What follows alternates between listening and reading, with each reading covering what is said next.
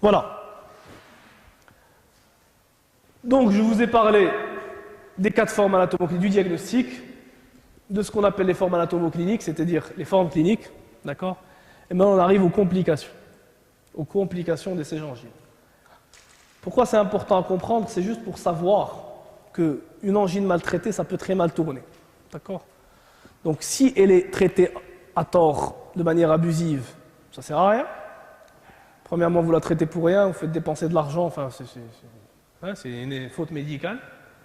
Mais si vous ne la traitez pas, vous pouvez avoir des complications si c'était qu'une angine qu'il fallait traiter. D'accord? Donc, la première complication, c'est ça. C'est ce qu'on appelle le phlegmon de l'amygdale. C'est un malade qui avait une dysphagie qui a laissé traîner 5-6 jours et qui, pour des raisons inconnues, on ne sait pas pourquoi, vous allez faire une angine et vous n'allez pas faire de phlegmon, et moi, je vais faire une angine et je vais faire un phlegmon. Personne ne pouvait répondre à cette question. Physiopathologie du phlegmon amygdalien ou périamygdalien, c'est pas clair. C'est tout simplement un terrain particulier, pas forcément immunodéprimé. L'immunodéprimé peut ne pas la faire. Donc il n'y a pas de logique, c'est tout simplement une diffusion locale à travers les fascias de la loge amygdalienne, des piliers antérieurs et postérieurs, de ce germe qui se trouve au niveau de l'amygdale. D'accord ? Et on ne sait pas pourquoi. Là, ce germe va diffuser et hop, vous allez vous retrouver avec ce phlegmon de l'amygdale. Le phlegmon de l'amygdale, c'est ça. C'est un bombement du pilier antérieur qui vient vers vous et vous ne voyez plus l'amygdale palatine. Vous voyez tout simplement le pilier antérieur qui vient vers vous et vous sentez qu'il est vachement plein de pus et venin congestif sur un malade qui, en plus de l'odynophagie, a un trismus. Il a un trismus, pourquoi? Parce que tout simplement, ce phlegmon de l'amygdale va aller diffuser vers l'espace parapharyngé et bloquer les muscles de la mastication. D'accord? Les muscles ptérygoïdiens. Donc ça va arrêter la possibilité d'ouvrir, d'accord, et de fermer la bouche. Ok? Donc, comment on traite le phlegmon de l'amygdale? C'est comme ça. L'antibiotique ne fait rien. Sachez qu'à chaque fois que vous avez une collection, que c'est abcédé et que c'est collecté, donner des antibiotiques, ça ne sert plus à rien. Parce que vous arrivez, c'est bloqué. D'accord? La collection ne répond jamais à l'antibiothérapie. Il faut que c'est collecté et qu'il y ait une coque, qui ait un abcès, avec du pus à l'intérieur. Coque plus pus à l'intérieur, c'est un abcès. Ça ne marche pas avec l'antibiothérapie. Donc il faut les drainer. Alors comment on draine? On commence d'abord par ponctionner, toujours, pour peur qu'il y ait autre chose que phlegmon. Des fois on peut s'amuser, ça va arriver une fois sur 1000, vous allez ramener du sang. Donc vous allez pouvoir avoir peut-être une aberration vasculaire, une carotide qui remonte là-bas. Toujours ponctionner. Ponctionner, parce que ponctionner même un gros vaisseau, vous ferez tout un petit trou dedans, c'est toujours sans conséquence. D'accord? Donc vous ponctionnez, vous ramenez plein de pus, et là vous faites quoi? Vous prenez donc une lame de bistouri, vous incisez le phlegmon, et avec des ciseaux ou une pince Alstedt, vous écartez, vous évacuez tout le pus. Ça le drainage du phlegmon périamygdalien. D'accord? Une fois que vous avez ponctionné et que c'était du pus, vous êtes protégé. C'est-à-dire que c'est juste l'abcès, c'est la coque. Il n'y a pas de vaisseau, il n'y a rien. Et toujours penser à ponctionner avant de biopsie, avant de drainer. C'est clair, c'est un message. Ça, c'est important pour tous les types d'abcès. Vous avez une collection qui vient là, ce que vous voulez. Prenez une aiguille, vous ponctionnez d'abord, vous vérifiez que c'est bien du pus, d'accord? Même si c'est rouge, chaud, inflammatoire, douloureux, ce que vous voulez, il faut y aller d'abord. D'accord? Mettez l'aiguille, ponctionnez, ramenez du pus, et ensuite vous mettrez en évidence l'abcès que vous avez drainé. Alors, l'abcès, il peut être donc périamygdalien, c'est-à-dire un phlegmon périamygdalien, mais il peut se retrouver aussi très en arrière, comme ici. Vous voyez? Donc c'est un abcès qui est dit rétropharyngé. Donc l'abcès rétropharyngé, c'est plus compliqué. Donc à aller chercher, parce que c'est mal situé. Donc il y a deux possibilités, hein, vraiment. Soit vous bombardez d'antibiotiques, si la collection n'est pas encore complètement bien ferme, ça peut réagir au stade de début. Sinon, il faut y aller avec une cervicotomie, c'est-à-dire il faut aller ouvrir le cou et aller drainer donc par voie latérale. D'accord? C'est plus compliqué parce que c'est moins accessible, contrairement à l'abcès périamygdalien qu'on peut aborder par voie endobuccale. D'accord? Donc c'est le même principe, c'est un drainage d'abcès. Et le drainage d'abcès, il se fait par voie de cervicotomie latérale. D'accord? Bien. ça vous avez déjà dû en entendre parler quand vous étiez en pédiatrie. Donc les angines, ça peut se compliquer localement, ce qu'on appelle le phlegmone pyramidalien, l'abcès rétropharyngé. Chez l'adulte, ça peut même donner ce qu'on appelle des cellulites cervicales, c'est-à-dire une diffusion à travers les fascias de tout le cou, d'accord, comme une fasciite nécrosante que vous avez au niveau des membres, d'accord. Mais ça peut aussi donner des complications dites générales. Ces complications générales, vous les avez ici. Surtout le RA, d'accord, ce qu'on appelle un des syndromes post-streptococciques, soit la GNA post-streptococcique, d'accord, soit essentiellement la cardite rhumatismale, avec le rétrécissement mitral. D'accord. Adouma, les trois les plus connus, les plus célèbres. La chorée de Sélinam, vous savez ce que c'est ça? Non, vous savez ce que c'est que la chorée? Vous avez déjà eu un malade qui a une chorée? Vous n'avez jamais vu? C'est un malade qui marche comme ça. Là. Et qui vous met des baffes. C'est affreux. Hein, et ça peut venir de là, d'une angine maltraitée. D'accord. Donc, retenez, la question que je peux vous poser, s'il vous plaît, pendant l'examen, c'est ça. Citez-moi les complications générales. Citez les complications générales de l'angine. Et il faudra me répondre ces 4 questions. Ces 4 réponses. Enfin, ces 4. Ces 4-là. Les autres, c'est anecdotique. Rappelez-vous une chose. Ces complications, d'ordre général, elles sont post-streptococciques. Donc c'est des complications de l'angine. De quel type d'angine? Érythémato-pultacée. Voilà. Alors, évidemment que l'angine mononucléosique, pseudomembraneuse, que ce soit diphtérie ou mononucléose, l'herpangine, l'herpès, tout ce que vous voulez, l'angine de Vincent et les huiles séronécrotiques ne sont pas concernés par ce type de complications. C'est clair pour tout le monde ça? Très bien. Alors on en vient à ce qu'on appelle l'amygdalectomie. Vous en avez tous entendu parler. L'amygdalectomie, c'est un geste que forcément des gens dans votre famille ont dû subir. Donc c'est enlever les angines. Alors, c'est ça la question. Quand est-ce qu'on est amené à se dire, devant ce patient qui a fait des angines ou qui fait une angine, qu'il faut les enlever? C'est ça finalement la question. Alors, voilà les indications de l'amygdalectomie. La première indication, c'est ce qu'on appelle l'obstruction pharyngée, c'est-à-dire c'est une amygdale obstructive. C'est un enfant, vous allez le voir, et quand vous le voyez, avant de lui faire ouvrir la bouche, il a une attitude caractéristique. C'est un enfant qui est comme ça. Il respire bouche ouverte. Il a tout le temps la bouche ouverte. Pourquoi? Parce que c'est un enfant qui n'a plus d'espace pour respirer. Il a des angines qui sont tellement énormes, d'accord, qu'il n'arrive pas à respirer. Et puis avec le temps, même son faciès se modifie. C'est-à-dire que, comme il veut respirer par bouche ouverte, sa mandibule va un petit peu vers l'avant. C'est des gens qui font des prognatismes, ils sont comme ça. Ce qu'on appelle les faciès adénoïdiens. Parce qu'en plus, ils ont des hypertrophies adénoïdes, des végétations associées. D'accord?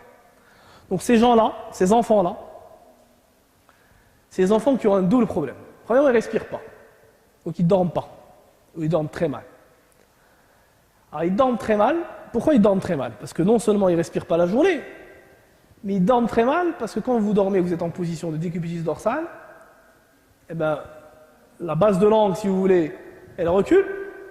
Donc vous avez encore plus d'obstruction, donc le gamin il ne respire plus. Donc il fait ce qu'on appelle des apnées du sommeil. Type d'effet bellil, en train de chercher de l'air. D'accord?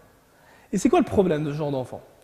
C'est que vous sachiez, c'est que l'hormone de croissance, la GH, elle est sécrétée pendant le sommeil, pendant la deuxième partie de la nuit. Ce qu'on appelle en général le sommeil paradoxal. On a de l'hormone de croissance. Quand elle n'est pas sécrétée correctement, voilà. C'est de là où vient le problème de retard staturo-pondéral. Donc c'est des enfants qui sont petits, chétifs, qui grandissent pas, tout ce que vous voulez. D'accord? Donc ce genre d'enfants, ils ont des amygdales énormes, il faut les enlever. C'est une indication d'amygdalectomie. En général, on n'enlève jamais avant 3 ans. Elle lâche. Et l'enfant, au début, ses amygdales sont souvent grosses, mais elles involuent avec le temps. Quand il fait sa maladie d'adaptation, quand il va à la crèche, etc. D'accord? Donc à partir de 3 ans, si entre 3 et 5 ans sont toujours énormes, que le gamin ne grandit pas bien, qu'il est obstrué, ok, c'est bon. Ensuite, il y a ce qu'on appelle l'infection à répétition. Alors ça, supérieur ou égal à 4 par an, déjà là, on n'est pas trop d'accord. En général, les dernières recommandations, c'est 5 épisodes d'angine pendant 2 ans de suite, 5 épisodes par an pendant 2 ans, ou là, 3 épisodes par an pendant 3 ans de suite. Quand vous êtes dans cette case-là, il faut faire la mygdalectomie. Parce que le risque de développer un syndrome post-streptococcique devient important. D'accord? Donc ça, c'est important. Donc les 2 grosses indications, c'est ça. C'est l'obstruction et les infections à répétition. Alors l'amygdalite chronique avec poussée aiguë chez l'adulte, qu'est-ce que ça veut dire ça? Ça, c'est une indication qui est propre à l'adulte. C'est des adultes en général qui viennent vous voir, qui ont une hypertrophie de l'amygdale, avec une amygdale où il y a plein de trous à l'intérieur. Plein de trous. Ce qu'on appelle l'amygdalite cryptique. D'accord? C'est-à-dire que l'amygdalite cryptique, ça s'amarre l'espèce de substance blanche, qu'on appelle le caséum, et qui n'a rien à voir avec le caséum de la nécrose caséeuse de la tuberculose. D'accord? L'épithélioma granuleux, gigantocellulaire, machin, que vous avez appris. D'accord? C'est juste le caséum. Le caséum, avec le temps, il donne une mauvaise haleine. Ce qu'on appelle une halitose. Cette mauvaise haleine, elle gêne vraiment la personne. On a connu des gens comme ça. Alors, elle les gêne lui et elle gêne son entourage. Le mari, la femme, le machin, ce que vous voulez. D'accord? C'est extrêmement gênant. Ces gens se sentent très très très mauvais. D'accord? C'est une indication à la mygdalectomie. C'est la 3e indication. Elle est propre à l'adulte. Rappelez-vous de ça. D'accord? Alors la 4e indication que vous voyez ici, évidemment, un sujet qui fait un phlegmon d'amygdale même une fois, il faut une amygdalectomie. Et il faut une amygdalectomie en général. En général, on la fait à distance de l'épisode d'infection. C'est-à-dire on fait l'incision drainage, que je vous ai expliqué tout à l'heure, on ponctionne, on vide le pus, on met le patient sous antibiotiques, il guérit. 3 mois plus tard, on lui fait des amygdalectomies. On attend que ce soit à froid, que ce soit refroidi. On n'opère pas à chaud. Ok? Ça, par contre, je veux que vous le connaissiez par cœur. Quelles sont les indications de l'amygdalectomie? Vous allez me citer ça.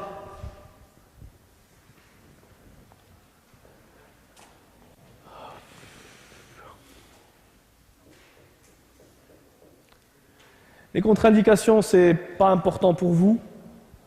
Retenez simplement qu'en général, on n'opère pas les enfants avec un bilan de crase incorrect. C'est-à-dire que parmi les bilans qu'on demande en préopératoire à ces enfants, c'est NFS, TP-TCK.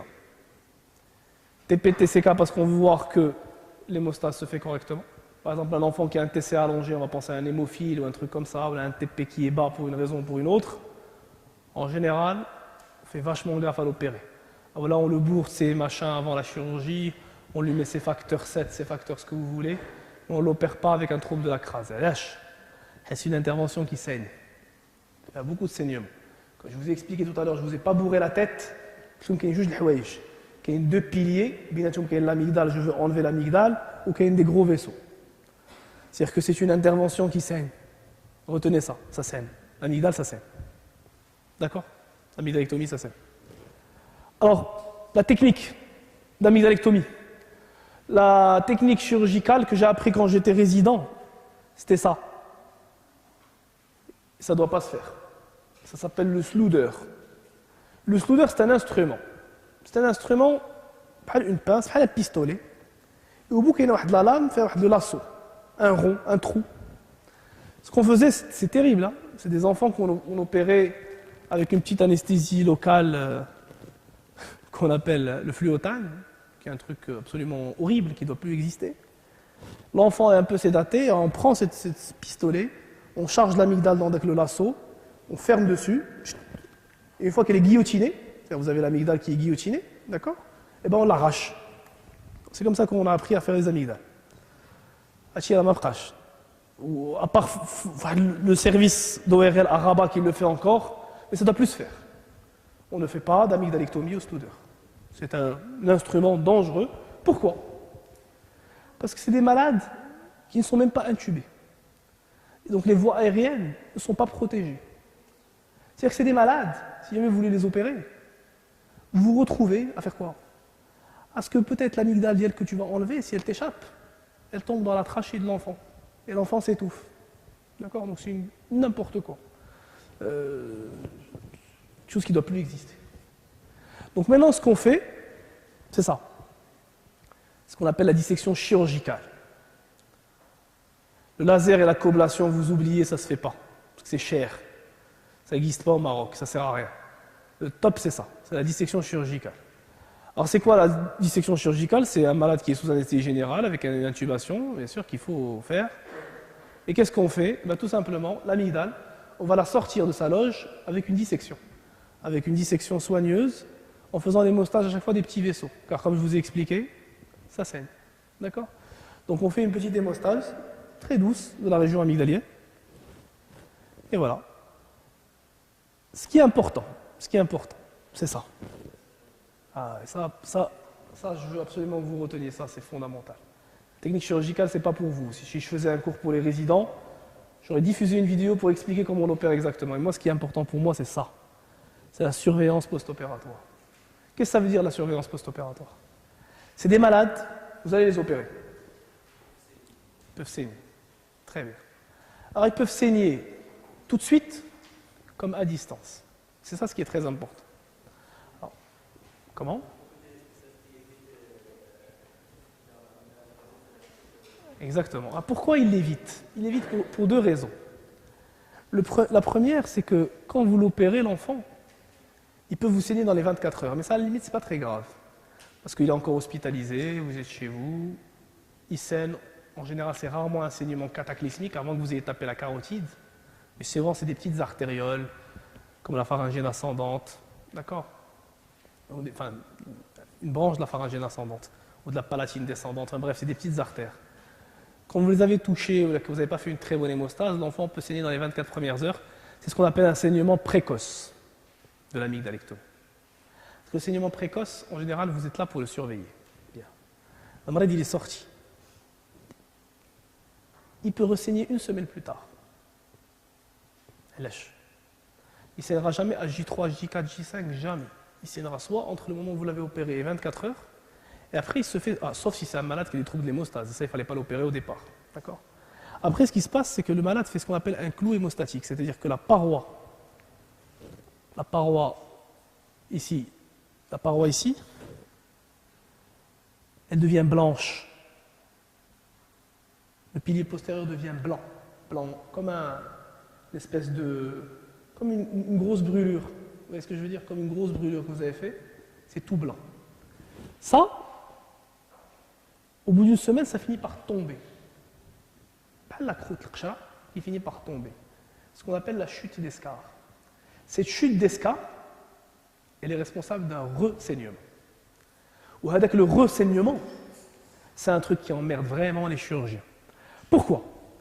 Je vais vous expliquer, c'est ça, vous allez comprendre, c'est tout bête. À une semaine, en général, vous opérez un malade. À une semaine, vous pouvez être en voyage, vous pouvez être n'importe où. C'est pas comme le saignement que vous surveillez parce que le patient est encore hospitalisé.